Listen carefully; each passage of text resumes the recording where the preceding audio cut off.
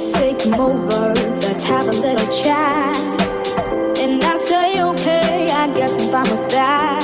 But as we get to talking, I could go insane. You just kept speaking those words, and it started to hurt my brain. One word after the other, no space for me to say sorry, but I'm gotta go, we'll talk another day.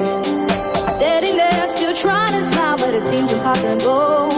Cause honestly, I was getting tired of words. Don't want them anymore.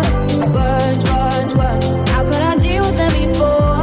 It's like they've taken over and there's nowhere I can hide. What good do they bring? Never fix anything. Words. Don't want them anymore. Words. How could I deal with them before? It's like they've taken over. Nowhere I can hide.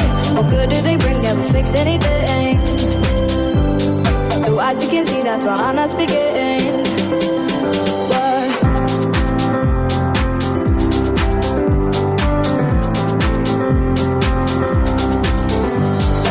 Everywhere I go, words are coming at me. From on the radio and on the TV. People stop to say hello, but that isn't what I need. What I want from these words is to be free. One word after the other, no space for me to say. I have to leave and get some space. I gotta get away.